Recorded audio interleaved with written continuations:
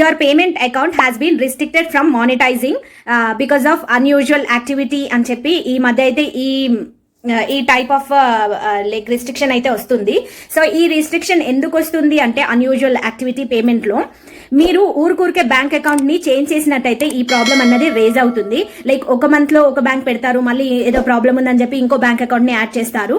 So అలా payment account లో ఉన్న బ్యాంక్ అకౌంట్ ఉంటుంది కదా, అందులో ఊరికే బ్యాంక్ అకౌంట్ చేంజ్ చేయడం వల్ల ఈ ప్రాబ్లం అన్నది వస్తుంది. సో అన్యూజువల్ యాక్టివిటీ అని చెప్పి ఊరికే బ్యాంక్ అకౌంట్ చేంజ్ చేస్తున్నారు అని చెప్పి అన్యూజువల్ యాక్టివిటీ అన్నది రేజ్ అవుతుంది. సో ఇంకో రీజన్ వల్ల కూడా అన్యూజువల్ యాక్టివిటీ వస్తుంది. అది ఎలా అంటే ఇప్పుడు సపోజ్ మన ఫేస్బుక్ పేజ్ హ్యాక్ అయిపోయింది అనుకోండి, అంటే పేమెంట్ అకౌంట్ కూడా హ్యాక్ అయిపోతుంది కదా. పేమెంట్ అకౌంట్ లో వాళ్ళు బ్యాంక్ డీటెయిల్స్ అన్నది పేమెంట్ తీసుకోవడానికి వాళ్ళు బ్యాంక్ డీటెయిల్స్ వాళ్ళు ఇస్తారు, మళ్ళీ మనం ఇస్తాం, అంటే మళ్ళీ మనకి అది రిట్రీవ్ అయిపోతే మళ్ళీ మనం ఇస్తాం అనమాట. సో అలా జరిగినప్పుడు కూడా మనకి ఇలాంటి అన్యూజువల్ యాక్టివిటీ ఇష్యూ అన్నది రేజ్ అవుతుంది.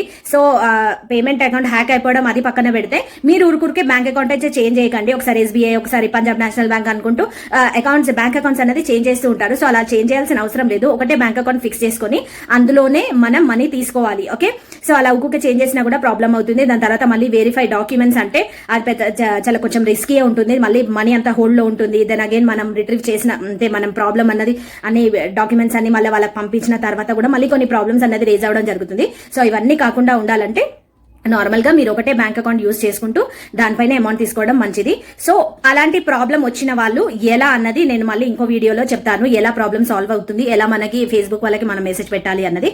సో అన్యూజువల్ యాక్టివిటీ ఎందుకు వస్తుందో అన్నదానికి నేను ఇక్కడ మెసేజ్ పెట్టినాను. ఓకే, సో మీకు అర్థమైంది కదా అన్యూజువల్ యాక్టివిటీ ఎందుకు వస్తుందో అన్నది.